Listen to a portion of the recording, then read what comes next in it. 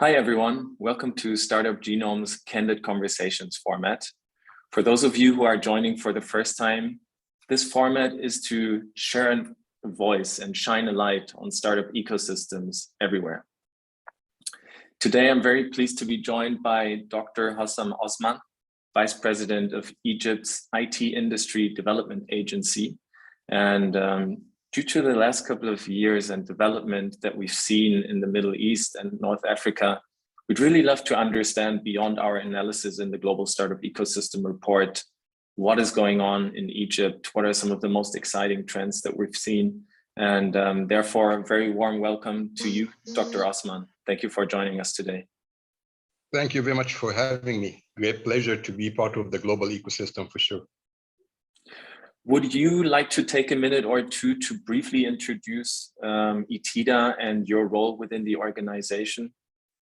Sure. Like ITIDA is a governmental entity in Egypt. It's mandated with fostering the ICT industry. And of course, the main driver for fostering the industry is through innovation and the startup scene in Egypt. So we have within ITIDA Technology Innovation and Entrepreneurship Center, TIEC, an entity that's very much focusing on the startup scene and how we can foster it and enhance it from the early stage up to the maturity stage. And this is really the main entity I'm responsible to handle within ITIDA. Thank you so much. And during the last 18 months, I mean, obviously, a lot has happened, right? We've had the pandemic, and at Startup Genome, we've done a lot of work to analyze the impact of the pandemic on the startup ecosystems everywhere. Maybe you could shine a light on how the COVID-19 pandemic had an impact on the Egyptian startup ecosystem, and also how ITIDA worked to solve parts of the challenges that arose due to this pandemic. Yeah, sure. Of course, like one area that we have focused on during the pandemic is capacity building for the young population we have in Egypt. As you may know, the main force for enhancing the ecosystem in Egypt in general and in Greater Cairo, the main focus area in particular, is the talent pool that we have in Egypt. So of course, we decided to, during the pandemic, to really focus on how we can have a nationwide initiative to build capacity of youngsters in Egypt everywhere across the different governorates, so that they have the ability to work remotely in a better way, and at the same time to enhance their skills to be able to do better living. Like one area we really decided to focus on during the pandemic is freelancing, how we can really help like ladies and males and females actually everywhere in Egypt to make living doing remote work. And for that, we focus on the digital skills in general and the freelancing skills in particular. What are the skills that are most needed? And how we can really, in addition to building those skills, how we can teach you the skills needed to work in the gig economy, to be able to have a profile and to be able to bid, to manage your time in a good way. Of course, this is done parallel to a mega project to improve the ICT infrastructure in Egypt. And this was very important as well during the pandemic. Hand in hand, you give them the skills they need to work remotely and digitally, and at the same time to give them their infrastructure that's fast enough and reliable enough. So we actually launched at 18 months, a year and a half, exactly a year and a half. It's ending this November. We launched an initiative that we call Future Work is Digital. FWD, like Egypt FWD, and the platform like egfwd.com. And it's, as I mentioned, it's a 18 months initiative that will do both. We'll do capacity building in 3 different tracks. One of them is digital marketing, the second is data science, and the third is web development or platform development. It's web and mobile application, as well as cross-platform development for both. So for within each track, you have 4 levels. You have the challenge level, the starting level, and you have the professional and the advanced and the expert level. You have 4 levels. Of course, you see from the levels that we are targeting to introduce everybody. So if you are a lady in Upper Egypt and you don't really have an ICT specialization as part of your studies, you still can join any of the 3 tracks. Of course, it will be easier for you if you join digital marketing, because it's kind of a generic program that will help everybody to start really joining the digital world and doing some work online. But as well, you can start doing some simple stuff with data. Like you can join the data track and do data cleansing, data visualization, some simple Excel work on the data track as well. And if you have the guts and the ambitions, you can join the web and the mobile development track. So within the 3 tracks, as you see, we have kind of a generic track like the digital marketing track. And you have some deeper track when you go to the web development.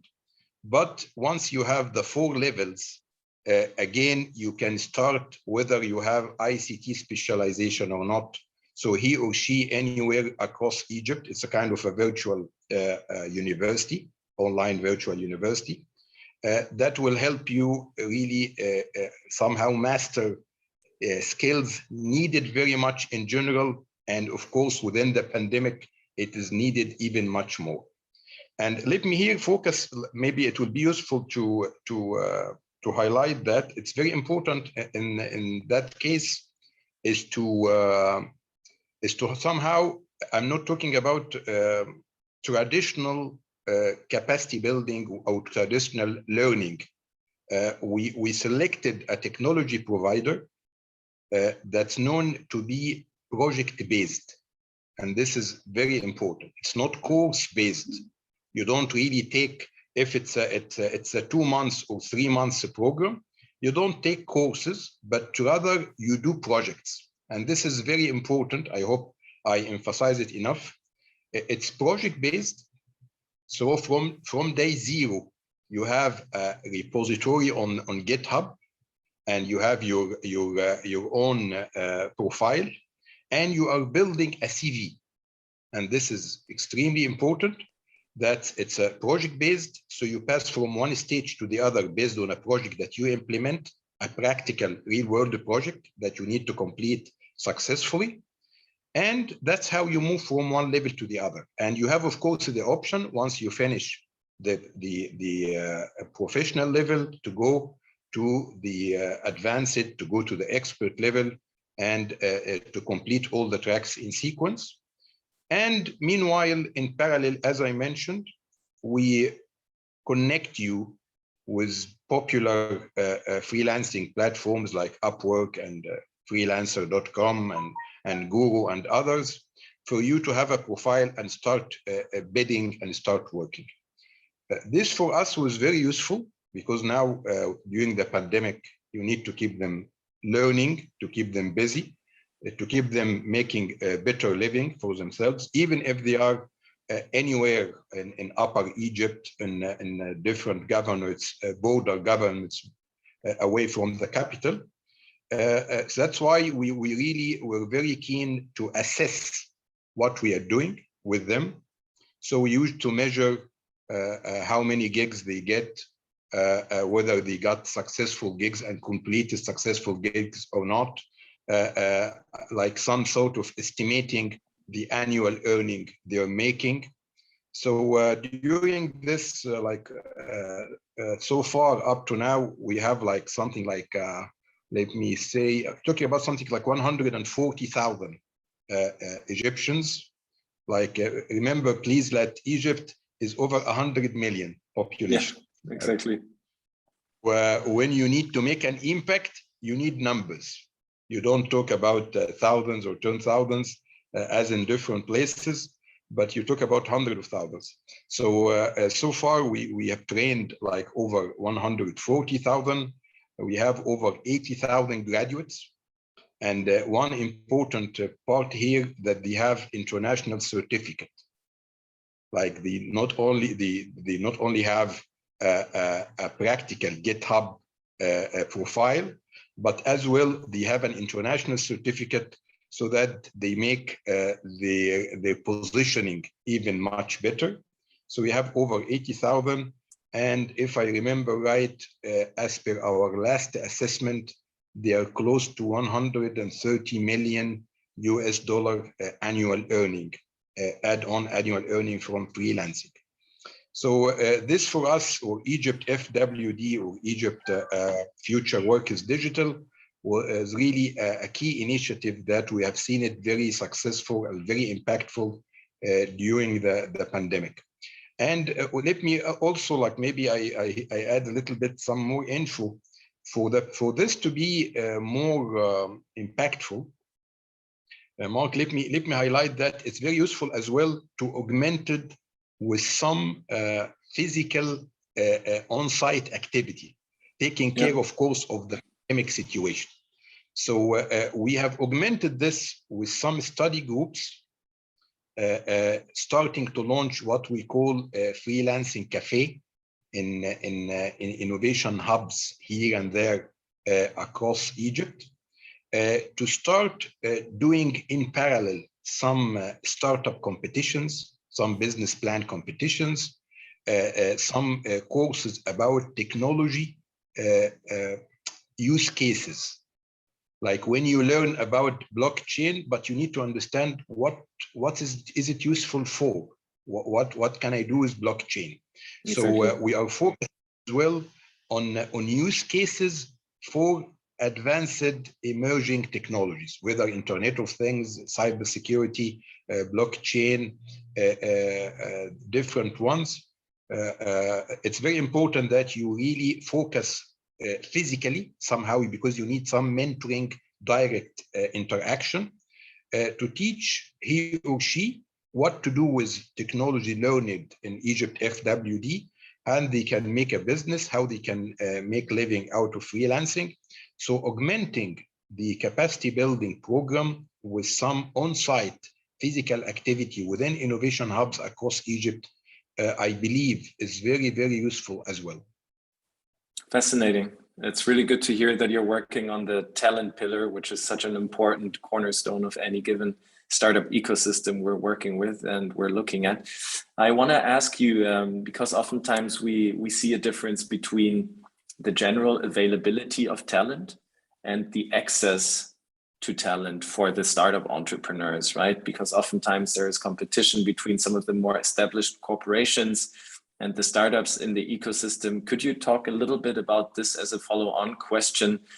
How do you work to ensure that, you know, sometimes also the startup entrepreneurs, they have a voice in the market and they have access to some of the talent that you're training with your programs? That would be fascinating to hear.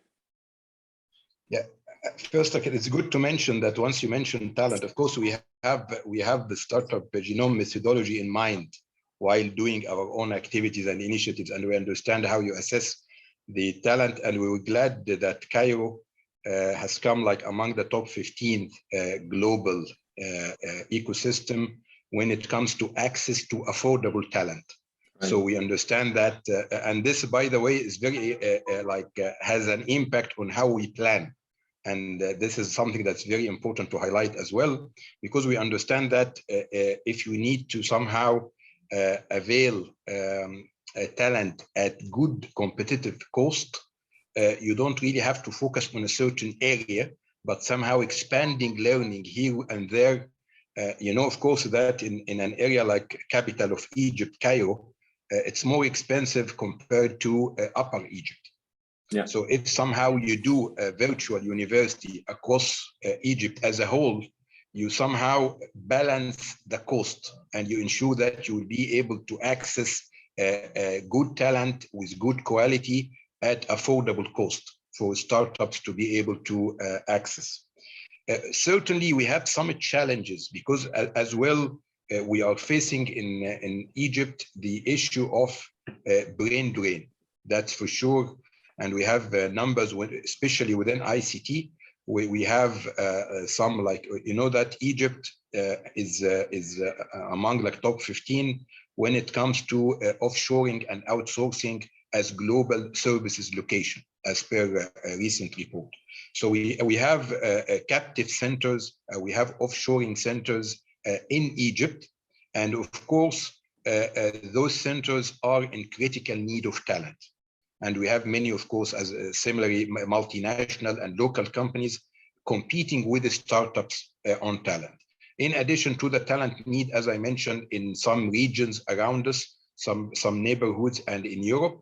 So we have some challenge that especially middle management and some seniors will at one moment they go overseas. And that's why it's important to keep the pipeline robust and sustainable to ensure that you have enough supply. So what we are doing now, we are launching a kind of a national registry to keep records of the different talents that we have trained across the different programs that we run. And somehow we avail this through the service we offer to our own startups and all the startups within the ecosystem, that they can access this platform and get our support in how to really hire and employ those talents. In addition to that, we have an increase in the number of startups working in employment and recruitment. This is another good sign because, again, due to this freelancing model and remote work model, now I see many like centers, development centers, offshoring centers, outsourcing centers being established. And they are still on a small scale, but they are keeping records of good talents here and there, and they avail it through different channels. Some of them are mobile-based and web-based, avail them to different startups in Egypt. But it's still, let me say that it's still a challenge to ensure that you have talent that's very much matching needs of different startups in Egypt. But I believe with once we launched the complete registrar, it will be much better. Perfect. Thank you so much for sharing. I would love to understand what's happening in 22 for ITIDA. What are some of the other areas that you will be working on apart from the registry? I'd love to hear some of the priorities for you. Actually, there's so many priorities because it's you see, of course, the competition with the post-pandemic situation that's really still fuzzy and developing across many dimensions. But let me say that the first thing that we are focusing on is to expand the somehow virtual physical innovation platform across Egypt. We are now targeting to establish on campus of each university a community innovation hub. This is very important, again, to augment with what we do virtually and to be able really to add the personal touch to when it comes to the quality of founders and startups. And while doing so, one thing that's extremely important is somehow to get collaboration with with big names, big ecosystem enablers. And this is very important for us. We need to work with some overseas names that have done it elsewhere, okay, with specific criteria in selection. Let me give you one example that we see a weak spot in Egypt is how really we can add startups to supply chains of corporate.